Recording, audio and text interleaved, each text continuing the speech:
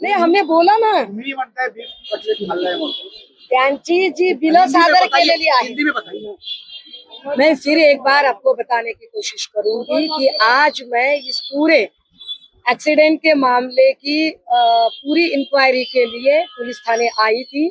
यहाँ पर मुझे पहले पीआई चंद्रकांत चकाटे जी और बाद में डीसीपी मद ने, इन दोनों ने कुछ जानकारियां दी, लेकिन वह मेरे लिए बिल्कुल ही पर्याप्त नहीं है और ना ही मैं उससे किसी भी प्रकार से संतुष्ट हूँ, क्योंकि मुझे ऐसे लगता है कि इस सारे मामले में गाड़ी के डिटेल्स एफआईआर में क्यों नहीं आए। तो वह कह रहे हैं कि वह हमें बाद में मिली, तो ठीक है, आपको बाद में मिली तो अब आप उसे सप्लीमेंट्री बताइए, लेकिन वह करने को तैयार नहीं है। दूसरा कि मेडिकल आपने 2 लोगों का ही क्यों किया, संकेत का क्यों नहीं किया? तो कहते हैं कि संकेत भाग गया। संकेत भाग गया माने पुलिस बड़ी कमजोर है, सिस्टम कमजोर है कि आप नहीं उसे ढूंढ पाए हैं। हम तीसरा बोल रहे हैं कि एक्सीडेंट में जो कार आप जमा कर लेते हो उसकी एक स्पॉट पंचनामा होता है, वो स्पॉट पंचनामा होना चाहिए। और ऐसी कार आप गैरेज को नहीं भिजवा सकते हो, लेकिन यह कार हड़बड़ी में गैरेज को भिजवाई गई। क्या कार गैरेज में भिजवाते समय और गैरेज से बाहर निकालते समय के वीडियो फुटेज मैंने ऑलरेडी ट्वीट कर दिया है।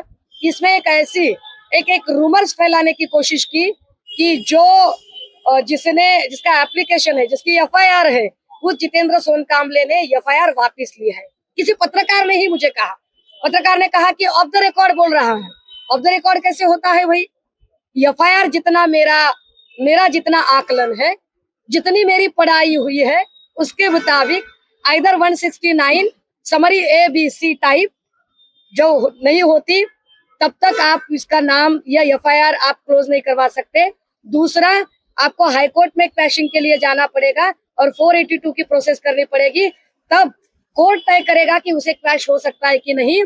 विद इन 36 आवर इस तरह की अफवाहें फैलाना ये एक तरह से जितेंद्र सोनकामले पर दबाव बनाने की कोशिश है। Jitendra Sonkamle belongs to schedule caste, तो मुझे डर लगता है कहीं ना कहीं कि सोनकामले की जान माल का कोई नुकसान न हो, उसे किसी तरह की हानि ना पहुंचे। क्या पुलिस इस बात की गारंटी देती है? अगर बावनकुले साहब कहते हैं कि नहीं, मैं बड़ी निष्पक्ष जांच चाहता हूं, तो बावनकुले साहब से मेरी गुजारिश है कि बावनकुले साहब, मैं आप पर विश्वास रखती, कहते हैं कि निष्पक्ष जांच होनी चाहिए, तो पहले आप एक आदेश यहाँ निर्गमित कीजिए।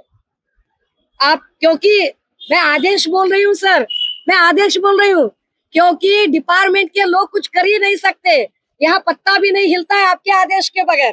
तो फडणवीस साहब और आप आदेश निर्गमित करें कि इस सारे मामले में जो तीसरा संकेत है, जिसकी खुद की गाड़ी है, उसका नाम एफआईआर में लिया जाए, तब निष्पक्ष हो सकती है जानकारी।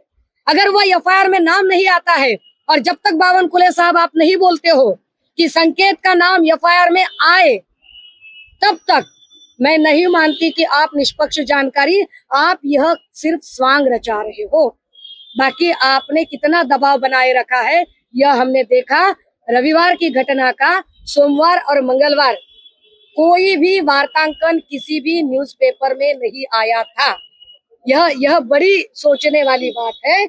आपने यह दबाव बनाने की कोशिश की, पूरे पुलिस प्रशासन ने सबूतों के साथ छेड़खानी की, सबूतों को मिटाने की। मैं पुलिस प्रशासन पर आरोप कर रही हूँ कि यहाँ पर सबूतों को, क्योंकि नेम प्लेट अभी भी आपने देखा, आपने फुटेज देखे, हमने खुद वहां जांच की कि अभी भी गाड़ी की नेम प्लेट नहीं है। किसने निकाली नेम प्लेट? अगर वो संकेत भाग गया था, दोनों को हिरासत में लिया था, तो कौन था वो चौथा शख्स जिसने गाड़ी की नेम प्लेट और नंबर प्लेट बदली थी? जवाब तो चाहिए हमें। कोई मिस्टर इंडिया तो नहीं होगा भैया, तो कौन है सो आप जरा बताइए। और जिस तरह से कहा जा रहा है कि नहीं हम तो अब क्या हो सकता है कि बोले गाड़ी भले ही संकेत की हो, लेकिन गाड़ी संकेत चला ही नहीं रहा था। पहले बोले थे कि संकेत गाड़ी में था ही नहीं, पहले तो गाड़ी भी संकेत की नहीं थी, तो धीरे धीरे संकेत की गाड़ी आई, फिर संकेत आया, फिर संकेत गाड़ी की पिछली सीट पर बैठा, फिर संकेत साइड की सीट पर बैठा, बहुत जल्द संकेत ड्राइवर की सीट पर भी बैठेगा। मैडम, संजय राउत ने कहा है कि जो इस होटल में आरोपी ने खाना खाया था वहाँ बीफ खाया है, आपने भी आरोप लगाया है, लेकिन जो होटल के मालिक है वो डिनाई करे क्योंकि होटल में बिकता नहीं है, तो ऐसी के कोई आपने बिल पुलिस को दिया है या आपके पास है ऐसा कोई बिल?